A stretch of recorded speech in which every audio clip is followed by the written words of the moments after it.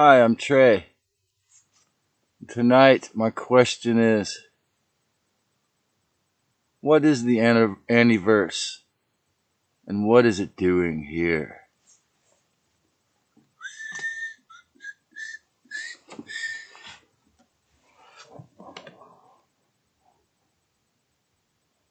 Johnny hugging Trey, coming to the dawn of a new day. Got to change my life. Don't need any kind of war and strife. You ask me what I say. You said you didn't understand some of it. Well, exactly what did you mean?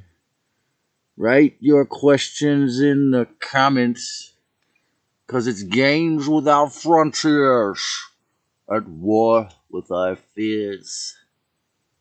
Santa Cruz is so popular. You say you're a pansexual, I'll run the other way. The first girl I thought I was in love with in this town, 19 years ago to the day. She was studying for the MCAT to get in medical school. And she even went and did that after working on an organic farm with her high school boyfriend. 'Cause there's at least 15 or so MDs out there that I could even trust. I made a video about it. Those MDs don't have to die or go bust. In the games without frontiers, at war with our fears. Hi, I'm Trey, and this is Trey's Myths and Tunes. And the spiritual Weird Al cover tunes. There's a very important reason why only 7 or 12 or 13 people will watch this video for a while. Because we are in the age of disclosure.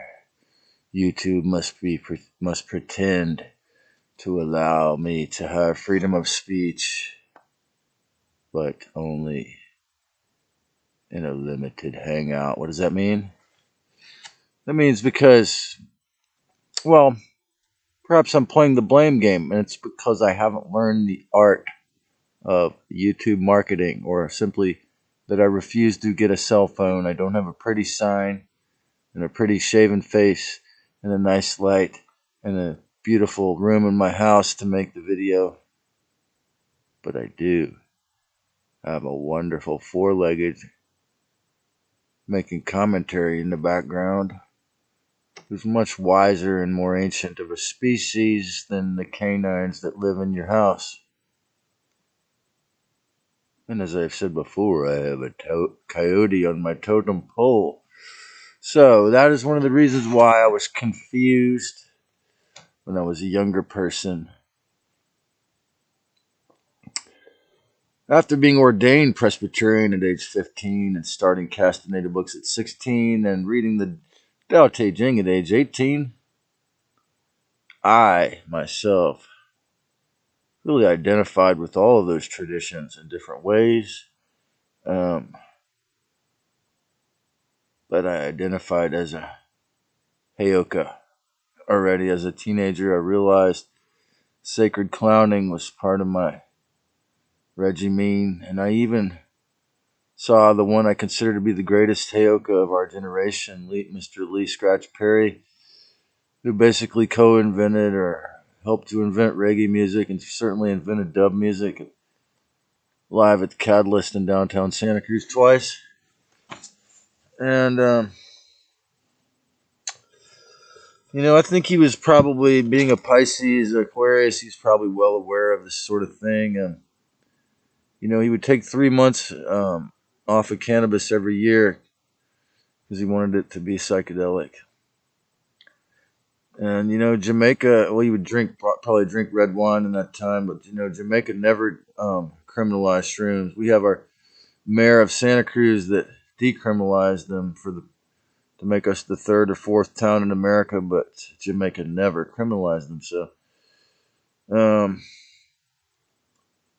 what is the antiverse? Was the original idea for this, and I don't have much to say about it. But so 10 minutes is probably okay that I did a 5-minute introduction. So, according to the research and the psychic Lisa Rene, or the supposed walk-in Lisa Rene, I learned about from Laura Eisenhower's. Alester Crowley is one of the most evil mother truckers ever to come on this planet, I guess, in the sense of conjuring, being an evil black magician, conjuring demons and entities, so to speak. But the antiverse is a supposed realm where,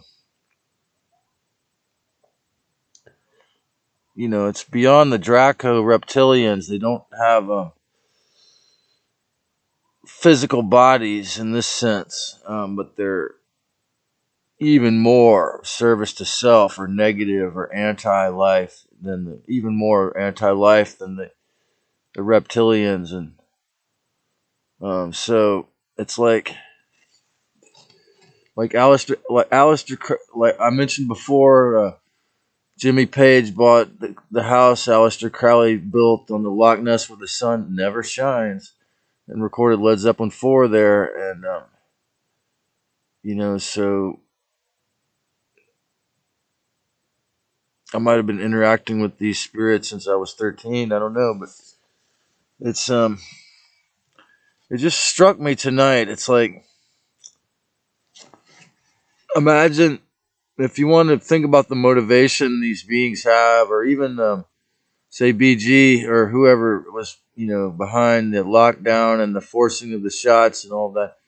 If you want to think about the motivation, it's like beyond a homicidal killing spree. It's like these beings not only have a disdain, they don't really want to drink off your loosh or feed off your agony or drink your adrenochrome.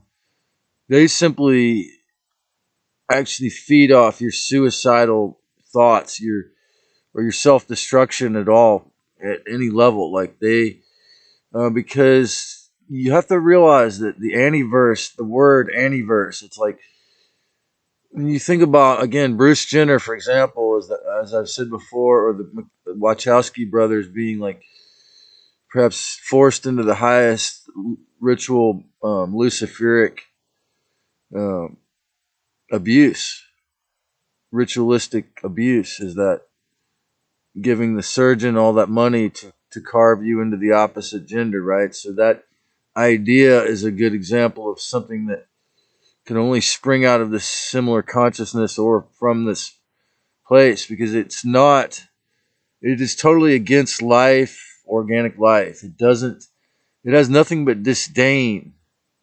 Okay, so the antiverse spirits like come at you with complete disrespect. It's not just like Bill Clinton or like Obama or like Donald Trump level disrespect. I mean, those guys they could at least fake or like charm you into thinking that they gave a shit a little bit or something like that. It's not even at that level. It's like a vacuum cleaner, like a black hole of energy. Like, and as soon as if you're in a place like this town, Santa Cruz, or the county of Santa Cruz, even, that has so much of this type of black magic, Illuminati rituals, the Hadron Collider in Santa Clara, and all the other microwave gadgetry, all the stuff they dumped.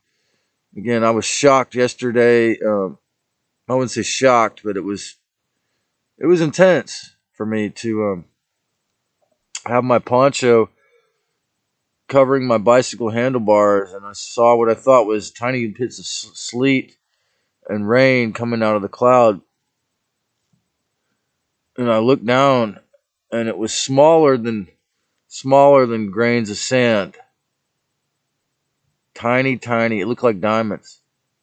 And I think it might have either been nanobots or pieces of plastic that they seeded, right? So having that right on my lap, literally, while I was pedaling, was like, wow, intense. So the antiverse is the kind of thing that would inspire this space fence, this cloud seeding, this activity, the global warming narrative in order to dump plastic and nanobots and lithium and a whole bunch of gnarly chemicals and nucleated ice into the atmosphere to try to create this programmable space fence. I mean, the whole idea is, again, that just imagine it's hit me tonight. Okay, just imagine spirits that not only they don't just want to kill you, their glory is in every stupid thing you think or do, or every suicidal, self-destructive habit or thought. It's not like these zetas or these other spirits, these evil aliens that will amplify that. It's like a whole different level of entities that just take a glorious joy in every horrible thing or even remotely unpleasant, stupid, or depression or any remotely negative feeling you have. But especially if you break a bone or if you hurt yourself or if you're feeling suicidal or you really like to abuse yourself. I mean, it's not only a loose fest like the others, it's like you're being pulled into this place, and it's like having these spirits around you. It's so easy to get, for a long time I thought it was suicidal people, and maybe, 10 or 20% of it is, ghosts. But these coyotes probably know that I'm talking about. I mean, their IQ is like their IQ. They're very intelligent, And just imagine a place that is the opposite of life. It's not only like a Nazi killer or something like that. It's like more um, like natural than Hitler. Like more like natural disdain and hatred for all life. And they're all around the West Coast and certain regions. Uh, and they're just it's like a graveyard. It's like I think it's why my brother told me this town was a black hole, because he sensed those kind of spirits. They're very uh, again, they're totally against life. They work against life. They destroy lives.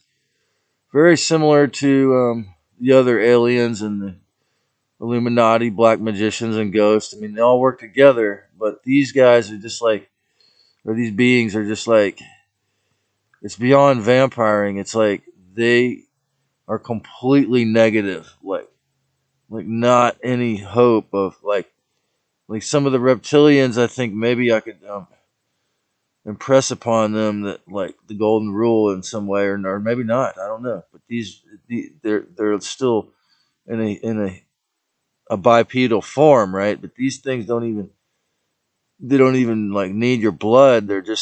They're not even physical corporeal. They're interdimensional, but they're not like parasitical like the others. They're just simply black and evil scum, like just nothing, like just no respect, like beyond like the disrespect of Klaus Schwab. Like they're way lower than that.